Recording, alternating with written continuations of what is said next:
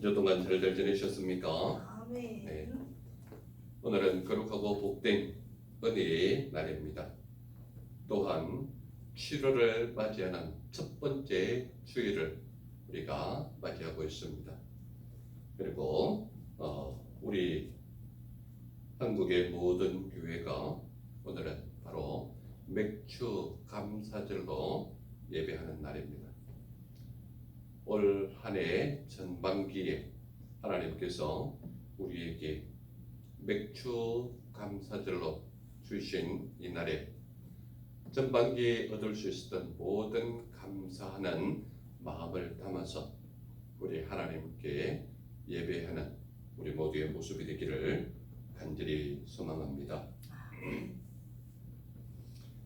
오늘 역대하 12장 1절에서 8절까지의 말씀에 보면 가장 대표적으로 말씀하는 것이 바로 7절에 있습니다. 7절, 우리 7절 말씀 한번 같이 읽어볼까요? 시작. 여호와께서 그들이 스스로 겸비함을 보신지라 여호와의 말씀이 스마에게 임하여 이르시되 그들이 스스로 겸비하였으니 내가 멸하지 아니하고 저희를 조금 구원하여 나의 노를 시삭의 손을 통하여 예루살렘에 쏟지 아니하리라. 그래서 오늘 7절에 보면 대표적인 말씀이 바로 여호와께서 그들이 스스로 겸비함을 보신지라, 이 말씀이 주제의 말씀입니다. 그래서 오늘 본문의 제목이 무엇으로 정했을까요? 바로 스스로 겸비함입니다. 스스로 겸비함. 이 겸비하다라는 말은 성경 원어로 카나라는 말입니다. 카나. 이 카나라는 말은 우리나라 말로 번역을 하자면 낮아지다 또는 정복하다 또는 굴복시키다, 이런 의미가 있는 것이 바로 카나라는 말입니다. 그래서 이 카나라는 말을 우리나라 말로 번역했을 때 겸비로 이렇게 번역을 한 것입니다. 그래서 오늘 보면 스스로 겸비함이라는 이 제목은 왜 생겼느냐 하면 여호와께서 그들이 스스로 겸비함을 보셨다 이 말이에요. 아니 무슨 일이 일어났길래 그들이 스스로 겸비했느냐, 이것을 우리가 오늘 말씀을 통해서 살펴보려고 하는 것입니다. 많은 사람들은 스스로 겸비하지 못합니다. 왜 스스로 겸비하지 못하는가 하면 하나님을 알지 못하는 모든 사람들은 어둠 속에 있거든요. 많은 사람들은 어둠 속에 있다 그러면 아니 내가 밝은 때 대낮에도 있고 밤이 되면 어두운데 왜 우리를 보고 어둠에 있다고 얘기하느냐, 이 말이 무슨 말인지를 모르는 거야.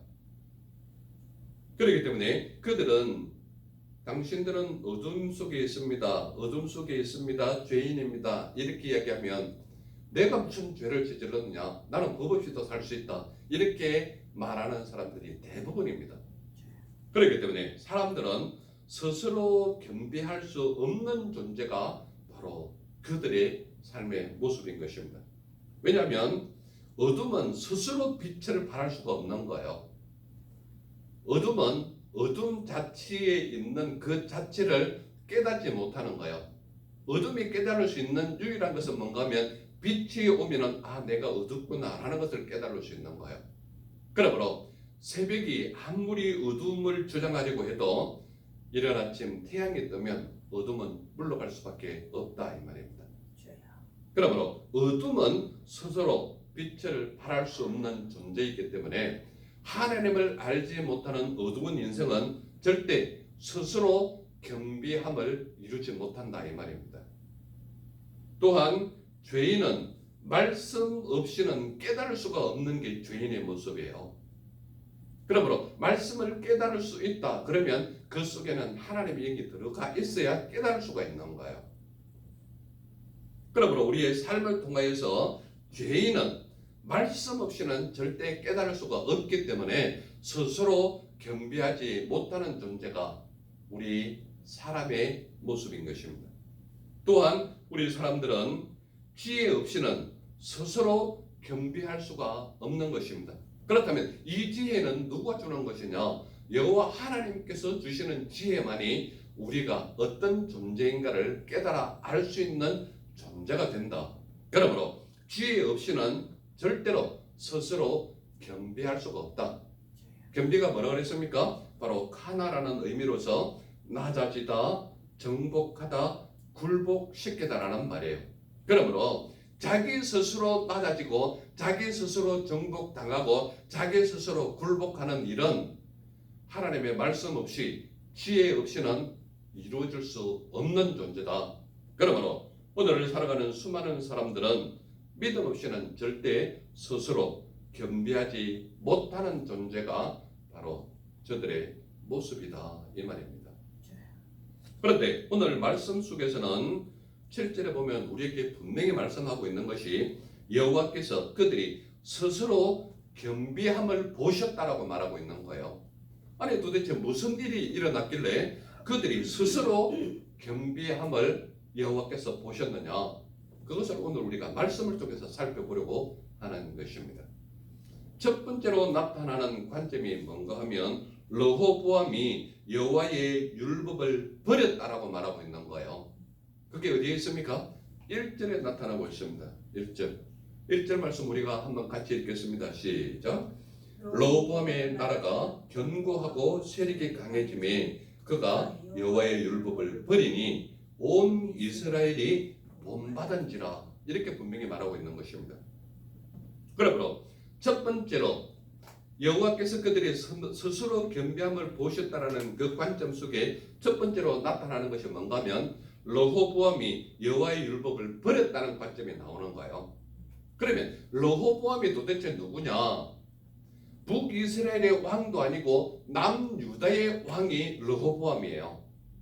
그러면 르호보암은 어떤 모습을 받는가 하면 북이스라엘이 하나님을 외면하는 모습을 보고 그들이 무너지는 것까지도 본 족속이 남유다란 말이에요. 그런데 남유다의 왕인 르호보암이 그가 여호와의 율법을 버렸다는 것은 이거는 어마어마한 사건인 거예요. 왜냐하면 하나님께서 남북으로 갈라졌을 때 북에 있는 북이스라엘 백성들이 우상을 섬기고 산당을 세우고 아세라 목상을 세우는 그 모습을 봤을 때 그들 백성들을 다 무너지게 하고 멸절시키고 그들을 바벨론으로 포로로 보내는 하나님의 역사하심이 나타났거든요. 그런데 그 남유다를 다스리는 왕인 르호보암이 여호와의 율법을 버렸다는 것은 있을 수 없는 사건이거든요. 그런데 이 남유다를 다스리는 르호보암 왕이 여호와의 율법을 버렸다는 거예요.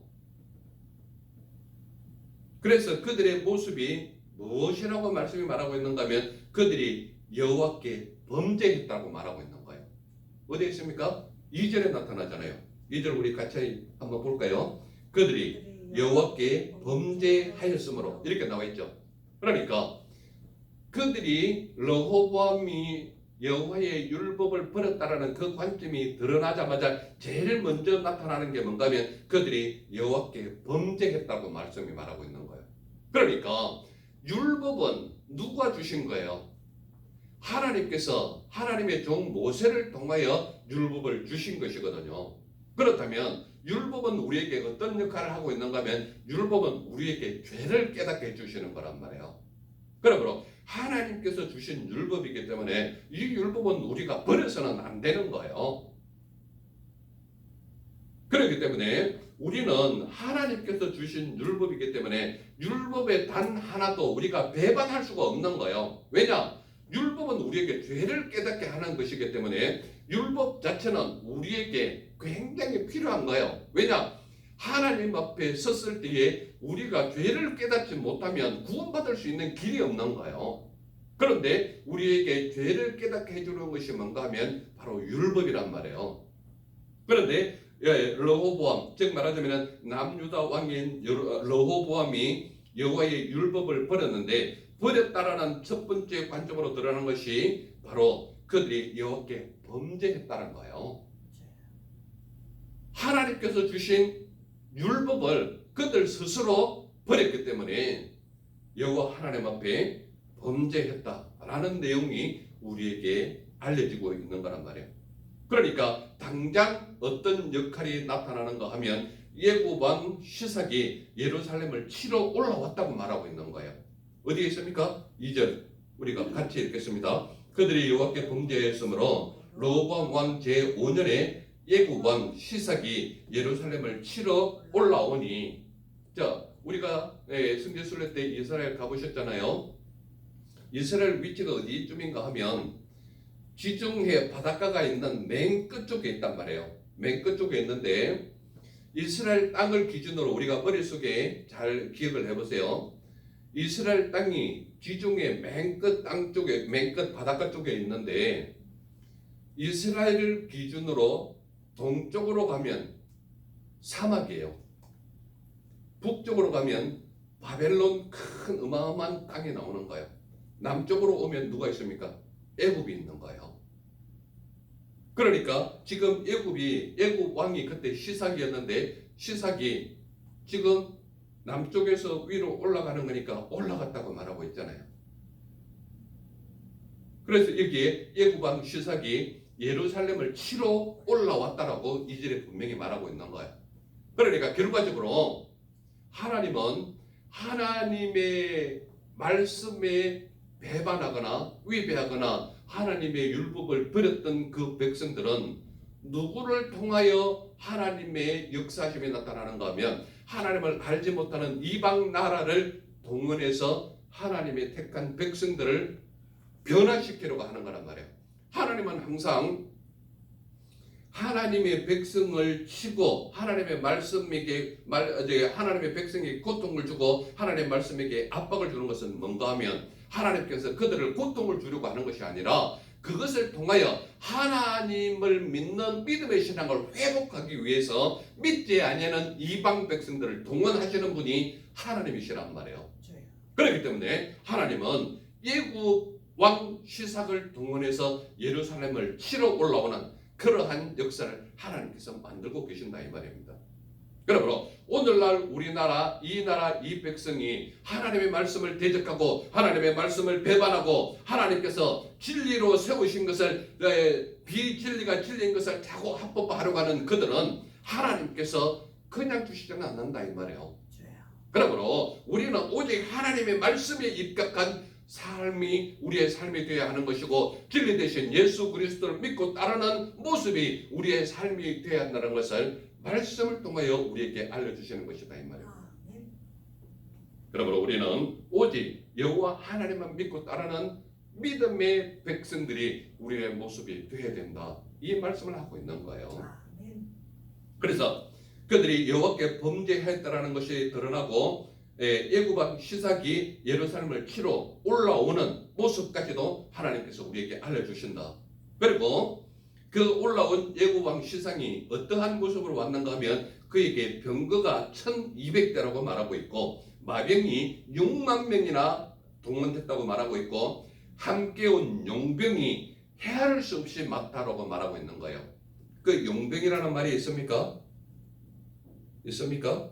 3절 같이 한번 읽어볼까요? 시작. 그에게 병거가 1200대요 마병이 6만 명이요 애굽에서 그와 함께 온 백성 곧 리비아와 숫과 구스 사람이 헤아릴 수 없이 많더라. 즉 말하자면 애굽인이 아닌 사람이 누구예요? 리비아 사람과 숫과 구스 사람이라 이 말이에요. 이들은 시삭이 돈을 주고 사온 용병이라 이 말이에요. 이해가 되십니까? 그러므로 이것을 한꺼번에 이야기하면 그에게 병거가 1200대나 되고 동원된 마병이 6만 명이나 되고 함께 온 용병이 헤아릴 수 없이 많다 이 말이야. 여기에 마병이 6만 명이라고 하는 이 인원수만 하더라도 엄청난 군사거든요. 그런데 나머지 용병까지 합하면 말할 수 없는, 즉 말하자면 성경에 기록된 대로 헤아릴 수 없는 군사들이 동원됐다 이 말이에요. 무엇하러? 예루살렘을 치려고. 누가 동원했다고요? 여호와 하나님께서 동원하신 거란 말이에요. 왜 그렇습니까? 그들이 율법을 그렇게 됩니다.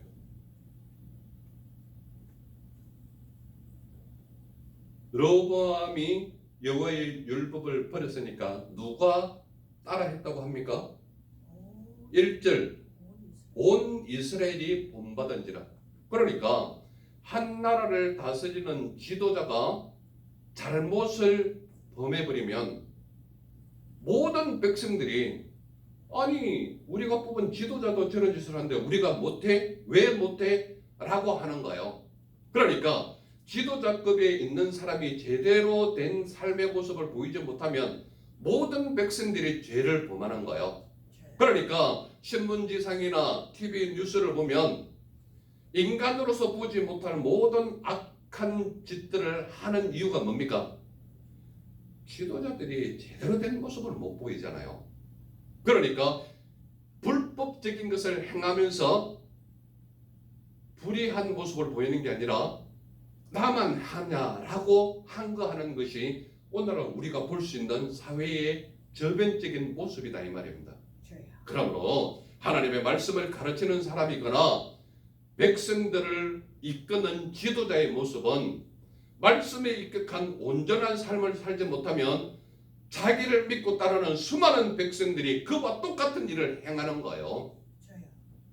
그러므로 정치가들이나 한 나라를 다스리는 지도자거나 말씀에 입각한 온전한 삶을 살지 못할 때에 수많은 백성들이 총체적인 난관을 당하고 있는 그런 모습을 볼 수 있다 이 말입니다.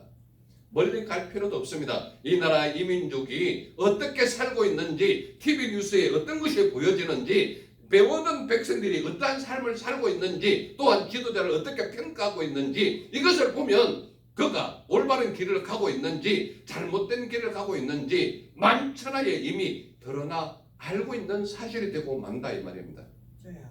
지도자가 잘했다 잘못했다 그런 말 할 필요가 없는 거예요.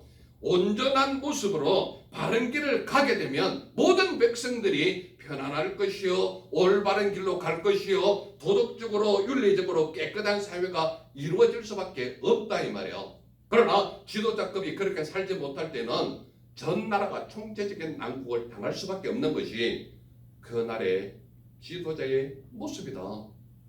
그러므로 르호보암이 여호와의 율법을 버렸다라는 것은 온 백성들이 그를 따를 수밖에 없는 모습이 지도자의 모습이었다. 이것을 말하고 있는 것입니다. 두 번째로 나타나는 관점이 뭡니까? 너희가 나를 버렸으니 나도 너희를 시삭의 손에 넘기겠다라고 말하고 있는 거예요. 몇 절에 있습니까? 5절에 있습니다. 5절 같이 한번 읽어볼까요? 시작. 그뒤에 유다 방백들이 시삭의 일로 예루살렘에 모였는지라 선지자 스마야가 르호보암과 방백들에게 나와 이르되 여호와께서 이같이 말씀하시기를 너희가 나를 버렸으므로 나도 너희를 버려 시삭의 손에 넘겼노라 분명히 말하고 있잖아요. 그러므로 두 번째 나타나는 관점이 뭐라고요? 너희가 나를 버렸으니 나도 너희를 시삭의 손에 넘기겠다 이 말이에요. 그러니까 내가 택한 내 백성 이스라엘 백성을 누구의 손에 붙이겠다는 거예요? 애굽왕 시삭의 손에 넘기겠다고 말하고 있는 거예요. 어떠한 모습으로 나타난다고요? 유다 방백들이 시삭의 일로 예루살렘에 다 모인 거예요. 다 모였는데 거기에서 선지자 스마에게 백성들에게 말하는 거예요. 뭐라고 말합니까? 너희를 시삭의 손에 넘겼다라고 말하고 있는 거예요. 스마야는 하나님의 사람이고 하나님의 선지자고 그는 하나님께 들은 말씀을 자기 백성들과 자기 왕에게 말하고 있는 거란 말이에요.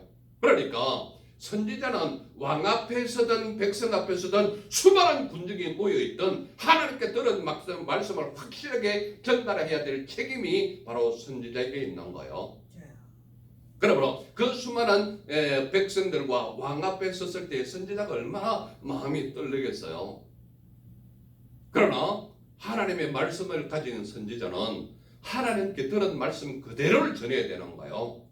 그러니까 르호보암 왕과 수많은 방백들이 서 있는 그곳에서 스마야는 하나님의 선지자로서 하나님의 말씀을 전하는 자로서 분명히 전하는 거예요. 너희를 시삭의 손에 넘겼다라고 말하고 있는 거예요. 그런 말을 할 때에 목숨이 위태롭지 않겠어요? 왕이 서 있고 수많은 방백들이 그 앞에 서 있는데 하나님의 말씀을 전하는 선지자는 목에 칼이 들어와도 당장 죽인다 할지라도 하나님께서 말씀하시는 것은 전해야 되는 것이 하나님의 사랑이다. 그래서 스마야는 과감하게 너희를 시삭의 손에 넘겼다라고 장황하게 말을 하고 있는 거예요. 첫 번째 관점이 뭐라고요? 로보암이 여호와의 율법을 버렸다는 관점이 첫 번째 관점이에요. 두 번째 관점이 뭐라고요? 너희가 나를 버렸으니 나도 너희를 시삭의 손에 넘겼다라고 말하고 있는 거예요. 그러면 세 번째 관점은 뭘까요?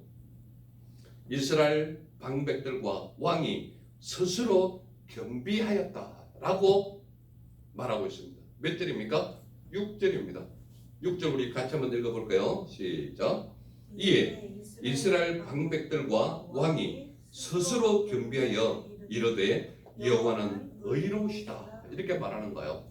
그러니까 저를 보세요. 이스라엘 방백들은 누구예요? 왕을 보필하는 수많은 장관들이거든요. 그 방백들과 왕은 누굽니까? 르호보암 왕이거든요. 르호보암 왕이 스스로 겸비했다는 거예요. 누구의 말을 듣고? 하나님의 사람 선지자가 말하는 그대로 너희를 시삭의 손에 넘겼다 그러니까 스스로 겸비하는 거예요.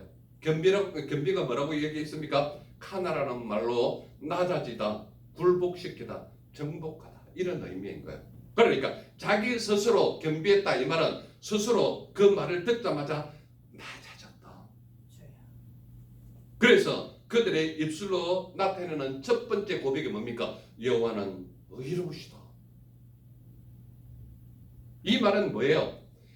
하나님의 선지자가 말하는 그것으로 인해 스스로 겸비했다라는 그 속에서 제일 먼저 나오는 것은 나를 고통 속에 있게 하던 핍박 속에 있게 하던 거대한 부를 누리게 하던 가장 높은 자리에 있던 가장 낮은 자리에 있던 여호와 하나님은 의로우시다. 이 말은 하나님은 결코 변함이 없으시고 공평하게 대하시는 하나님이시다. 이 말을 하고 있는 거예요. 그러니까 이스라엘 방백들과 왕이 스스로 겸비했다 이 말은 하나님의 사람 선지자 스마야가 전하는 그 말이 자기의 가슴을 찌른 거예요. 그러니까 자기들 스스로 겸비했다 이 말은 하나님 앞에 굴복했다 이 말을 하고 있는 거예요.